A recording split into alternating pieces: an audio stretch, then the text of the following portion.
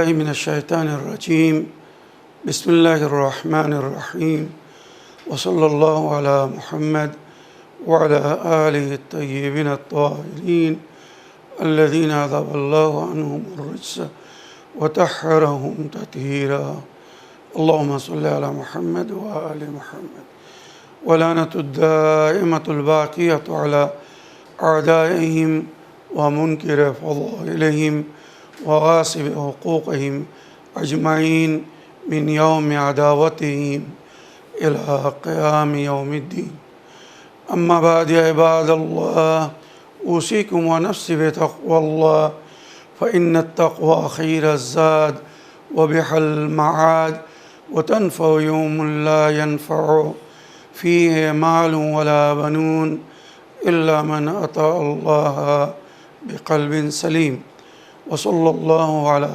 محمد وعلى آله الطيبين الطاهرين اللهم صل على محمد وآل محمد আমার প্রিয় দর্শক ও শ্রোতাবৃন্দ আসসালামু আলাইকুম ওয়া রাহমাতুল্লাহি ওয়া বারাকাতুহু।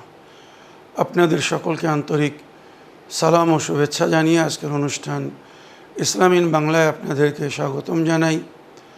আশা করি আপনারা যে যেখানে আছেন ভালো আছেন, কুশল ও মঙ্গলে আছেন, সুখে থাকুন, শান্তিতে থাকুন, সমস্ত প্রকারের দুঃখ কষ্ট থেকে মুক্তিতে থাকুন।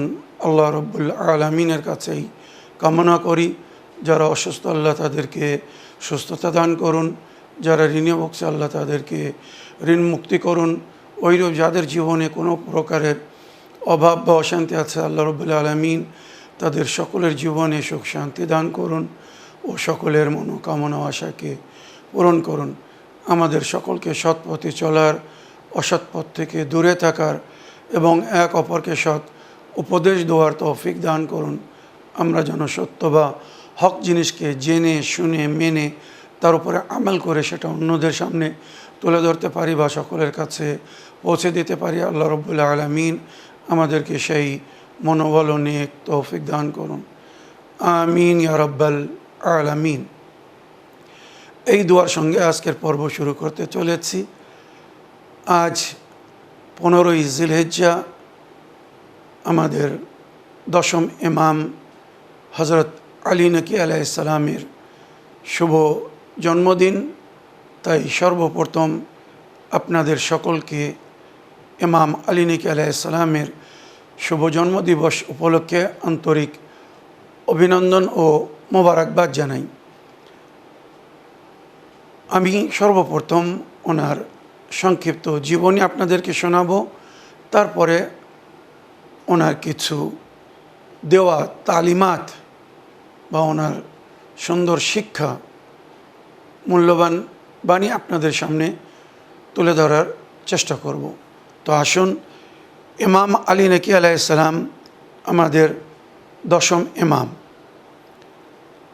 ওনার নাম আলী ইবনে মুহাম্মদ, আর ওনার ডাকনাম ছিল আবুল হাসান।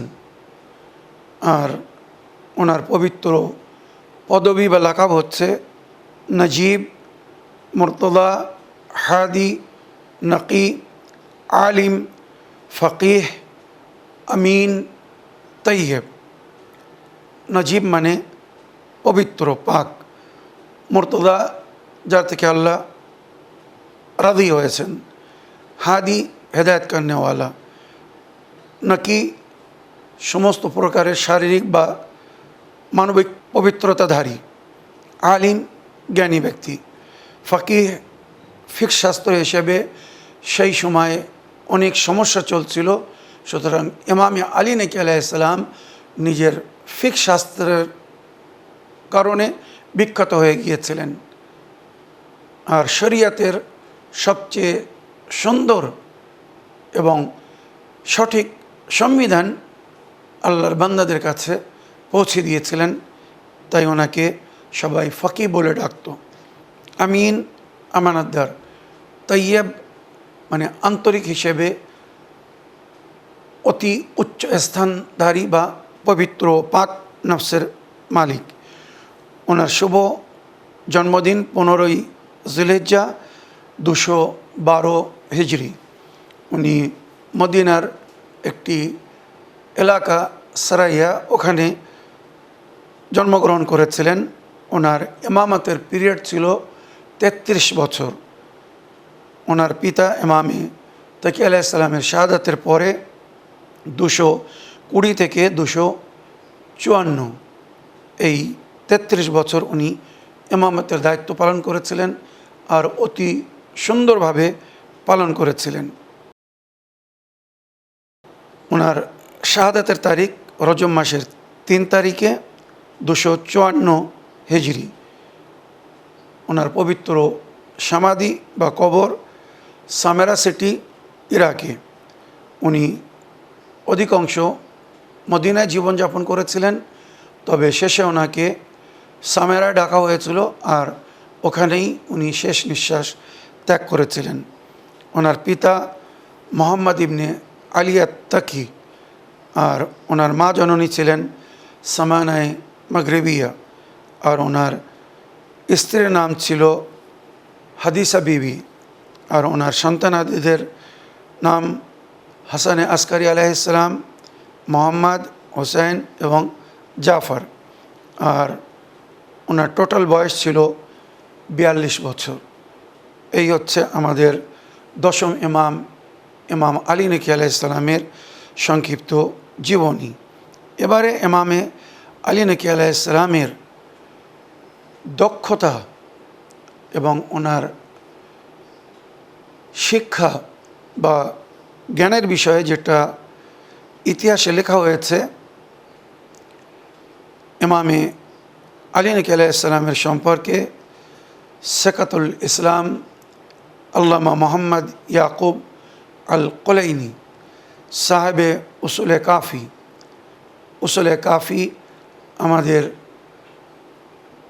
শিয়াদের মাযহাবি বা হাদিস রওয়ায়াতের বইয়ের মধ্যে সবচেয়ে প্রথম যে বইয়ের নাম আসে সেটা হচ্ছে উসুলে কাফি।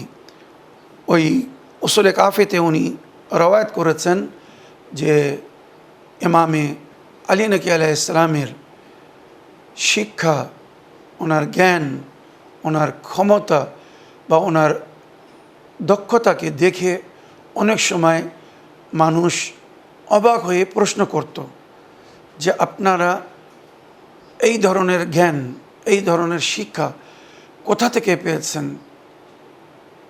যে জ্ঞান সাধারণ মানুষ বা আল্লাহর বান্দাদের মধ্যে হয়তো কেউ রাখে না।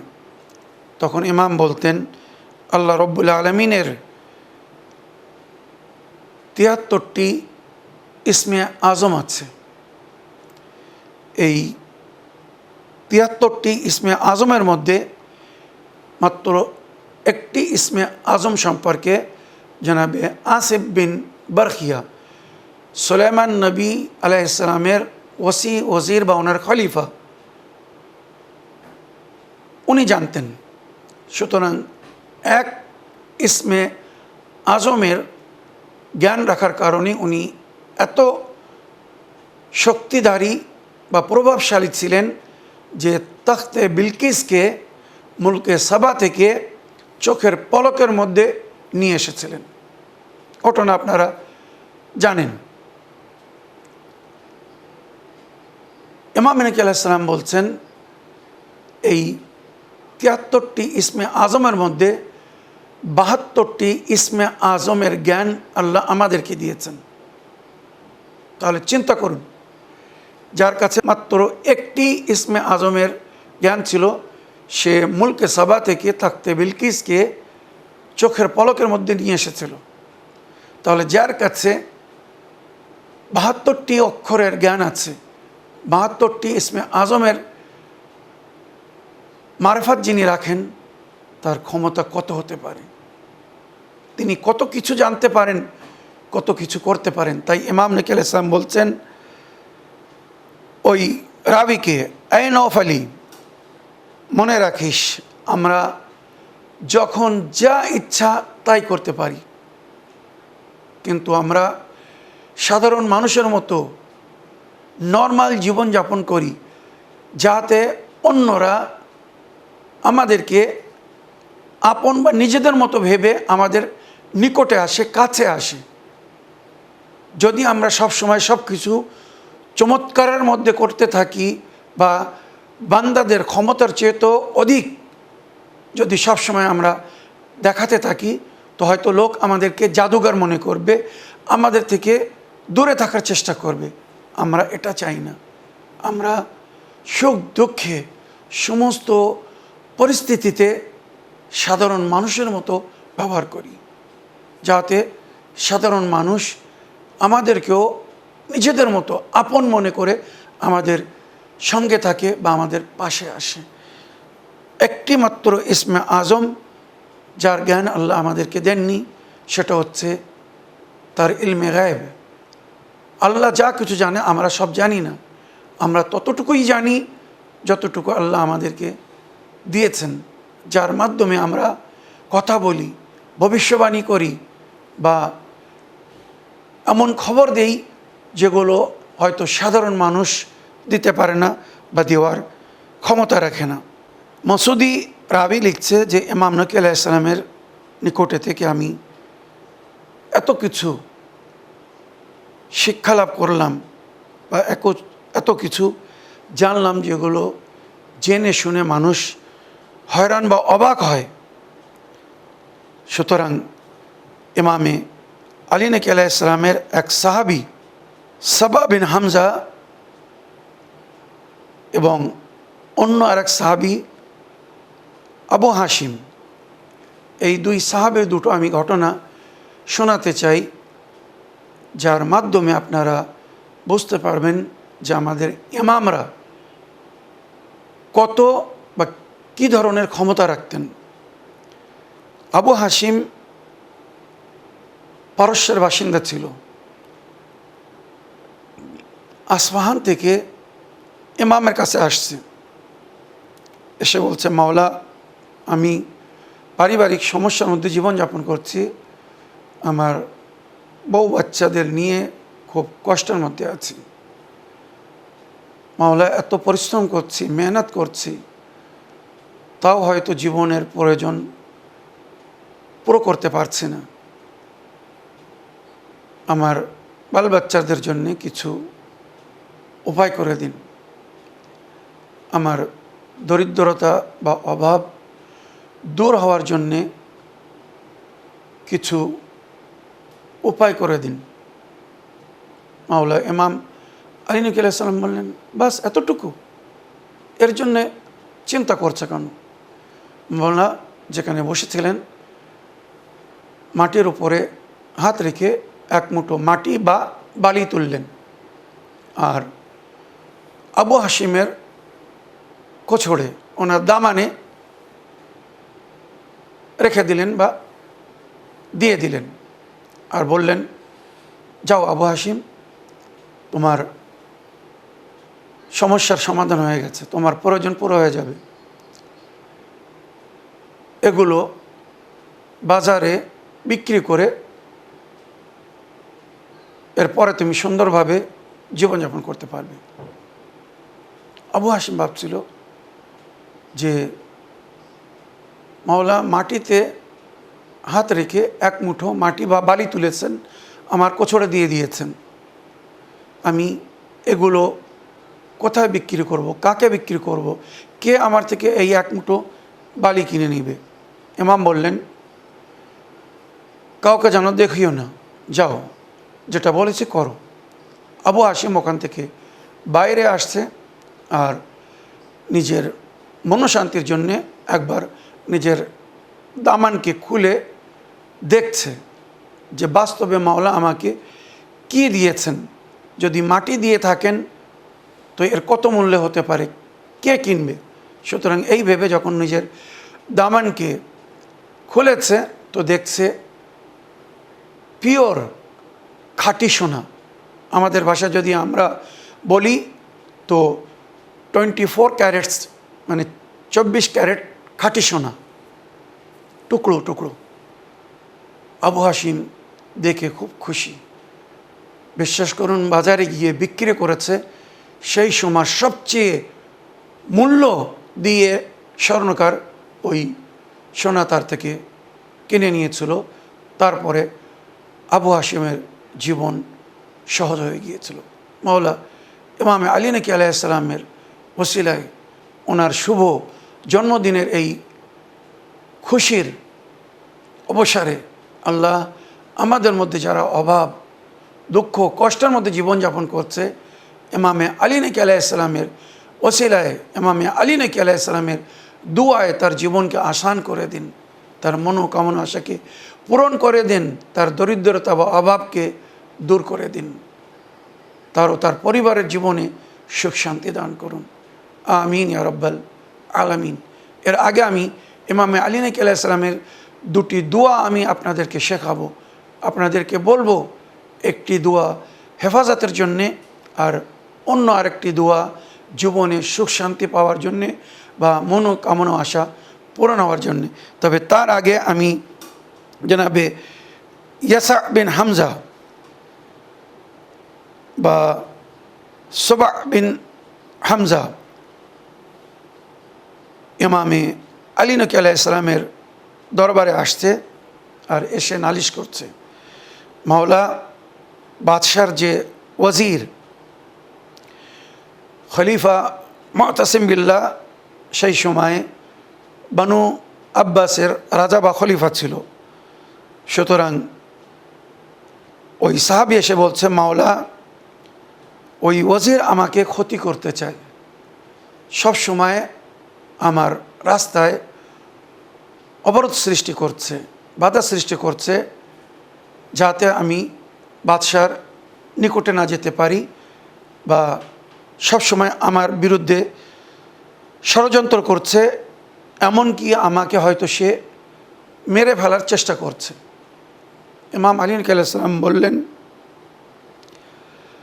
এই সাবা, চিন্তা করো না, ভয় করো না, যাও আর সাইফায়ে সাজ্জাদিয়ার 7 নম্বর দোয়া পড়ো।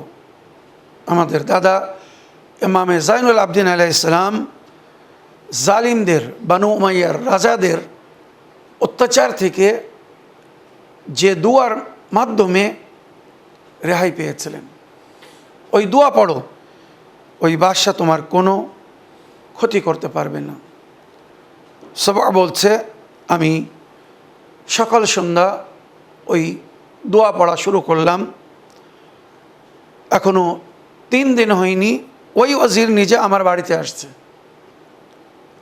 সুন্দর শাহী পোশাক বা পরিধান নিয়ে এসেছে, আমাকে উপহার দিয়েছে, আর সেটা পরে আমাকে দরবারে নিয়ে গেছে আর রাজার বা বাদশার পাশে আমাকে বসিয়েছে, এত সম্মান দিয়েছে, আমি অবাক, এটা কি করে হলো। তখন মনে পড়লো যে আমার মাওলা ইমামে আলী নকি আলাইহিস সালাম আমাকে যে দুয়ার তালিম দিয়েছেন, এটা তার প্রভাব বা তার আসার। সুতরাং এখানে আমি ইমামে আলী নকি আলাইহিস সালামের সেই দোয়া পড়ে আপনাদেরকে শোনাতে চাই, যে দোয়াটি হেফাজতের জন্যে, যদি কেউ এই দুনিয়ায় সুসম্মানে সম্মানিত হতে চায়, দুশ্মন ও শত্রুদের আঘাত থেকে মুক্তি পেতে চায় এবং সুখ শান্তির সঙ্গে সম্মানিত জীবনযাপন করতে চায়, সে যেন সকাল সন্ধ্যা আর যদি সম্ভব হয় তো প্রতি নামাজের পরে এই দোয়া পড়ে। বিসমিল্লাহির রহমানির রহিম। ইয়া আজিজ আল ইজ্জে ফি ইজ্জেহি মা আজ্জা আজিজ আল ইজ্জে ফি ইজ্জেহি। ইয়া আযীযু আ'আজ্জানি বিইজ্জিকা ওয়া আইয়িদনি বিনাসরিকা ওয়াদফা আন্নি হামাযাতিশ শায়াতিন ওয়াদফা আন্নি বিদফইকা ওয়ামনা আন্নি বিসুনইকা ওয়াজআলনি মিন খিয়ারি খালকিকা ইয়া ওয়াহিদু ইয়া আহাদু ইয়া ফারদু ইয়া সামাদু।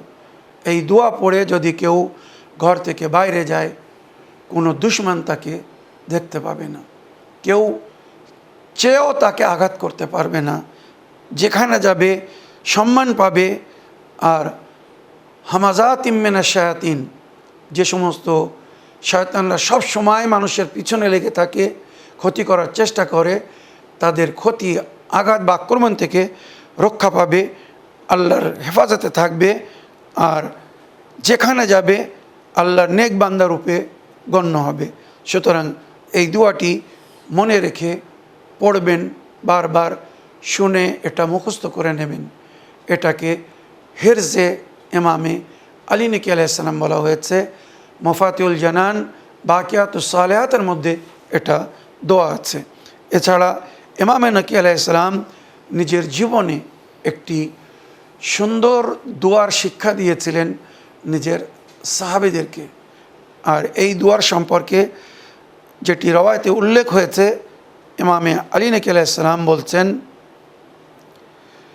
रवायत है कि हज़रत ने फरमाया, मैंने खुदा से दरख्वास्त किया कि वह ऐसे किसी शख्स को मायूस न करे जो मेरे इंतकाल के बाद मेरे रोज़े पे ये दुआ पढ़े जो ऊपर जिक्र है। এই যে দোয়াটা উপরে লেখা আছে, ইমাম আলী নকি আলাইহিস সালাম বলছেন, আমি আল্লাহর কাছে প্রার্থনা করেছিলাম আমার জীবনে, তাছাড়া আমার মৃত্যুর পরে যদি কেউ আমার পবিত্র সমাধি রওজায় এসে এই দোয়া পড়ে, তো আল্লাহ যেন তাকে নিরাশ না করে, তার দোয়া যেন রদ না করে দেয়, তার মনোকামনা আশা যেন পূরণ হয়ে যায়। সুতরাং কেউ যদি নিজের দেশে ঘরে থেকে আমার জিয়ারত করে বা আমার রওজা এসে জিয়ারত করে আর আমাকে আল্লাহর দরবারে ওসিলা করে এই দোয়া পড়ে আল্লাহর কাছে দোয়া করে, তো সে কখনো নিরাশ হবে না,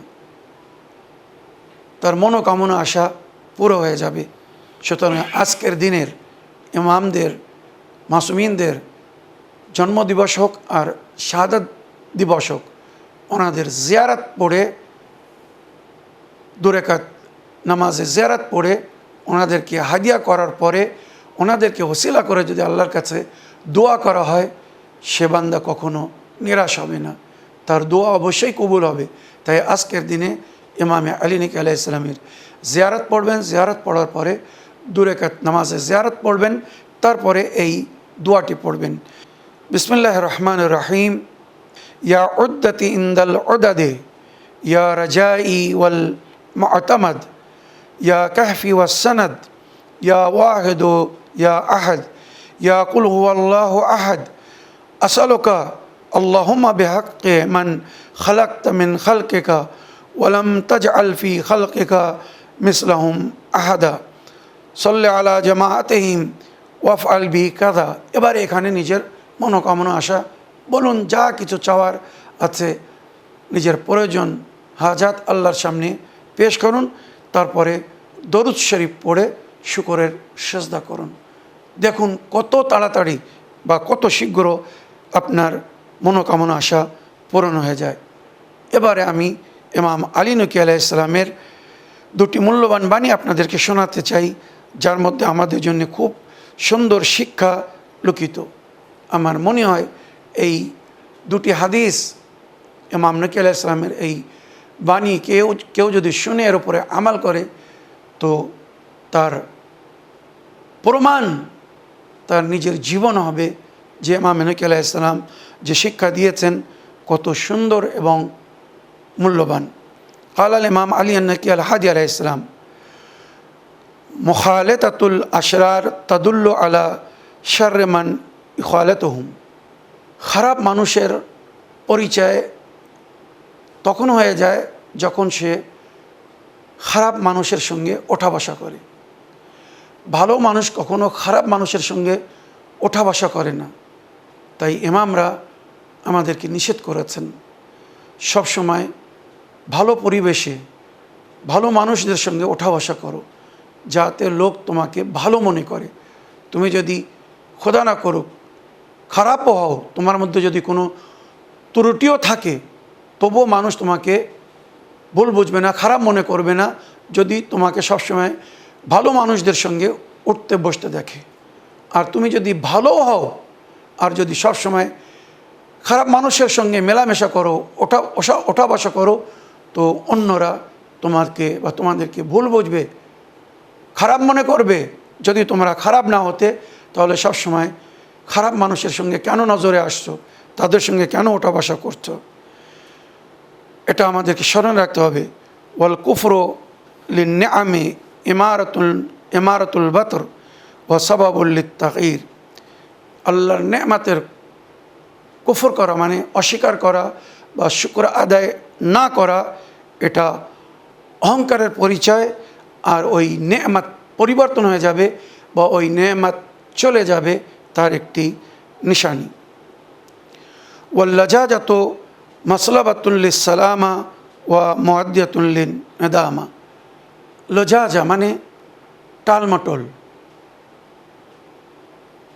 টলানো কাউকে। যদি কোনো কাজ করতে পারেন তো বলবেন ঠিক আছে আমি করব বা করে দেব। যদি না করতে পারেন বা না করার ইচ্ছা থাকে বা ক্ষমতা যদি না থাকে, পরিষ্কার মানা করে দেবেন, এতে সম্মান বজায় থাকবে। করব বলে যদি মানুষকে টলাতে থাকেন তো মাওলা ইমামে আলী আলাইহিস সালাম বলছেন তোমার জীবন থেকে শান্তি চলে যাবে। কারণ বারবার সামনেওয়ালা যখন তোমার কাছে আসবে আর তুমি পূরণ করবে না, তো তুমিও কষ্ট পাবে, সেও কষ্ট পাবে, আর এর জন্য তোমাকে লজ্জিত হতে হবে। তাই ক্ষমতা না থাকলে কোনো ওয়াদা করবে না।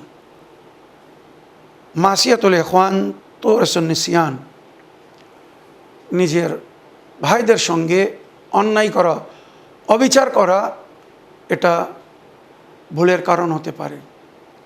কেউ যদি বারবার নিজের ভাইদের সঙ্গে, আপনদের সঙ্গে অন্যায় বা অবিচার করে, তার স্মরণ শক্তি চলে যাবে বা চলে যায়। এগুলো আল্লাহ রসুল বা আহলে বাইতের শিক্ষা, ওয়াদা, খুব খেয়াল রাখবেন। অনেক সময় মানুষ যখন বারবার মিথ্যা কথা বলে, দুরাচার বা দুর্ব্যবহার করে, তো সে ভুলে যায় সে এর আগে কি করেছিল, কি বলেছিল, তার স্মরণ শক্তি আল্লাহ কেড়ে নেয়।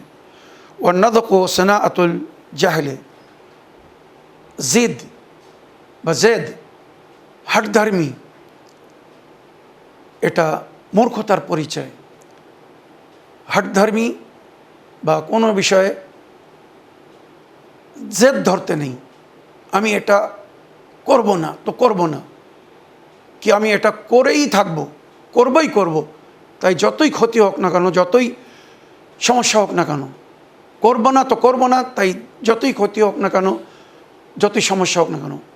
এগুলো মূর্খতার পরিচয়। মূর্খরা এই ধরনের জেদ ধরে, যারা মূর্খ না তারা এই ধরনের জেদ ধরে না, সময় পরিস্থিতি হিসেবে তারা কাজ করে। প্রথম বাণী। এবারে দ্বিতীয় বাণীতে ইমাম নকি আলাইহিস সালাম বলছেন আল ইলমু ওয়ারাসাতুন কারিমা, শিক্ষা জ্ঞান একটি সম্মানিত ওয়ারাসাত, ফারাজ। ওয়াল আদাব হলালুন হাসান, আর সুন্দর আদব, তারবিয়াত মানুষের অলংকার। যার ব্যবহার যত সুন্দর হয় সে তত সুন্দর রূপে পরিচিত হয়, তাকে মানুষ তত ভালোবাসে। নারীরা হাজার অলংকার পরে হয়তো সেই স্থান লাভ করতে পারে না, যেমন সৎ নারীরা নিজের সৎ বা সুব্যবহারের মাধ্যমে অর্জন করতে পারে। ওইরূপ পুরুষরা ভালো পোশাক পরে হয়তো সেই সম্মান অর্জন করতে পারে না, মানুষের অন্তরে, মানুষের মনে সেই জায়গা তৈরি করতে পারে না ভালো সৎ ব্যবহারের মাধ্যমে, যেটা তৈরি করে। ওয়াল ফিকরাতু মিরাতুন সাফিয়া, চিন্তাধারা সুন্দর আয়না। যে যত চিন্তাধারা করে কাজ করবে, আয়নার মতো তার কাজ পরিষ্কার এবং সুন্দর হবে। ওয়াল ইতিবার মুনজিরুন নাসে, ইবরাত হাসিল করা, জিনিসকে দেখে বুঝে বা ঘটনাকে দেখে শুনে শিক্ষা লাভ করা, এটা সুন্দর একটি উপদেষ্টা। ঘটনা আমাদেরকে শিক্ষা দেয়, বিভিন্ন প্রকারের ঘটনা আমাদেরকে উপদেশ দেয়, আমাদেরকে কি করতে হবে, কি না করতে হবে, কিভাবে সতর্কতা অবলম্বন করতে হবে, এই সমস্ত শিক্ষা আমরা বিভিন্ন ঘটনা থেকে পাই। তো ওই জন্য বলা হচ্ছে ঘটনা থেকে শিক্ষা লাভ করো। ওয়াকাফা বেকা আদাবান লে নাফসেকা তর্ক কামা করাহতাহু লে গায়রিক, আর সুন্দর শিক্ষা বা আদাবের জন্যে এটাই যথেষ্ট হবে। সমস্ত নফসের জন্যে, সমস্ত মানুষের জন্যে তার সুশিক্ষিত বা ভদ্র হওয়ার পরিচয় হবে এটা, সে অন্যদের জন্যে ওই জিনিস কখনো পছন্দ করবে না যেটা সে নিজের জন্যে ভালোবাসে না। অর্থাৎ আমি যেটা নিজের জন্যে অপছন্দ করি, নিজের জন্যে পছন্দ করি না, আমি সেটা কখনো অন্যর জন্যে পছন্দ করব না। যে জিনিস আমার নিজের জন্যে পছন্দিত না, ভালো মনে করি না, আমরা কি করে সেটা অন্যর জন্যে ভালো মনে করতে পারি? মানে এগুলো খারাপের দিক থেকে। হ্যাঁ, অনেক সময় মানুষ অন্যের জন্যে কুরবানি দেয়, ত্যাগ স্বীকার করে, এটা একটা ভিন্ন জিনিস। কিন্তু কোনো এমন জিনিস যেটা আমাদেরকে ক্ষতি করবে, যেটা আমাদের জন্য আমরা পছন্দ করি না, সেটা কখনো অন্যদের জন্য আমরা পছন্দ করব না বা করতে পারি না। আশা করি এই সুন্দর শিক্ষাগুলো আমরা স্মরণে রেখে এর উপরে যদি আমাল করি, তো আমাদের ইহকাল ও পরকাল অতি সুন্দর হবে। অবশেষে ইমাম ইনাকি আলাইহিস সালামের সেই মূল্যবান বাণী স্মরণ করিয়ে দিতে চাই, যার মধ্যে আমাদের জীবন লুকিত 4টি প্রশ্ন। এই প্রশ্নের মধ্যে আমাদের সম্পূর্ণ জীবনের রহস্য লুকিত। তোমাকে এই দুনিয়ায় কে পাঠিয়েছে, কিভাবে পাঠিয়েছে, কি জন্যে পাঠিয়েছে, আর কত দিনের জন্যে পাঠিয়েছে? এই 4টি প্রশ্নের উত্তর যার কাছে আছে, তার জীবন কখনো বিফল হতে পারে না, সে সাফল্য জীবনযাপন করবে। আশা করি এই প্রশ্নের উত্তর খুঁজবেন। এই বলে আমার আজকের বক্তব্য এখানে শেষ করলাম। অবশেষে আরও একবার ইমাম ইনাকি আলাইহিস সালামের শুভ জন্মদিবস উপলক্ষে আপনাদের সকলকে আন্তরিক অভিনন্দন ও মোবারকবাদ জানাই এবং দোয়াতে স্মরণে রাখার অনুরোধ করি। ওয়া আখিরু দাওয়ানা আলহামদুলিল্লাহি রাব্বিল আলামিন। আসসালামু আলাইকুম ওয়া রাহমাতুল্লাহি ওয়া বারাকাতুহু।